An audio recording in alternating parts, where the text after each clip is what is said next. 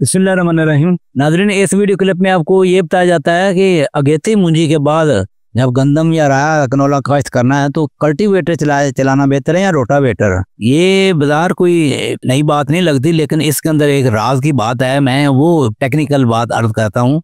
अगर मुंजी के बाद कल्टीवेटर चलाना अगरचे बेहतर है, रोटावेटर भी चलाया जा सकता है। जो काश्तकार जो है ना, किसान बासमती या 1692 जो सुपरफाइन है या हाइब्रिड, ये सितंबर में ही पक गई है, तो साफ ज़ाहिर है गंदम काश्त करने में तो अभी 1.5 महीना पड़ा है। तो राया कनोला में भी मेरा मतलब 15-20 दिन या महीना तक जो है ना ये काश्त होना है। जो भी फसल लगानी हो उसमें कल्टीवेटर ज़्यादा बेहतर है रोटावेटर के मुकाबले में। भाई वो कैसे? अगरचे रोटावेटर से ज़मीन बारीक तैयार होती है, और अगर मुंजी के बाद जो है ना मुंजी के वत्सर के ऊपर ही राया काश्त करना चाहते हैं तो पहले कल्टीवेटर चलाएं, फिर रोटावेटर चलाएं, उसके बाद खाद भी का छट्टा देकर हर जगह लगा दें। एक तो ये तरीका चलता है, इसमें कोई शक नहीं। लेकिन याद रखें कि अगर ज़मीन खुश्क हो जानी है ना तो सच भी नहीं पड़ी रहने देनी।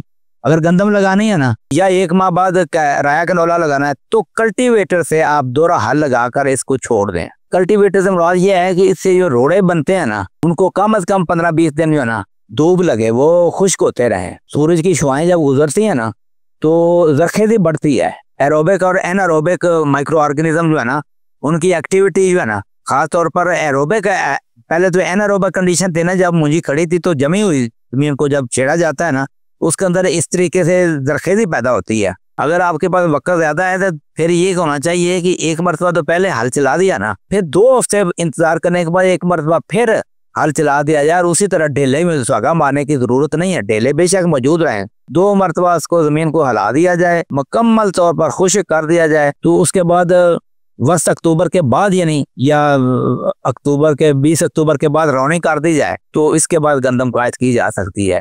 अगर राया कनोला भी काश्त करना है तो भी मेरा मतलब है 1 अक्टूबर के दौरान जो है ना ये रौनी करके उसके वत्तर के ऊपर काश्त किया जा सकता है, यानी कि जमीन को खुश्क करके फिर आप रौनी करें तो वो ज्यादा बेहतर है। तो रोटावेटर के मुकाबले में कल्टीवेटर चलाना जो है, रोड़े ढेले पड़े हों, ढेले खुश्क हों, फिर उनकी रौनी की जाए तो ज्यादा फायदा होता है।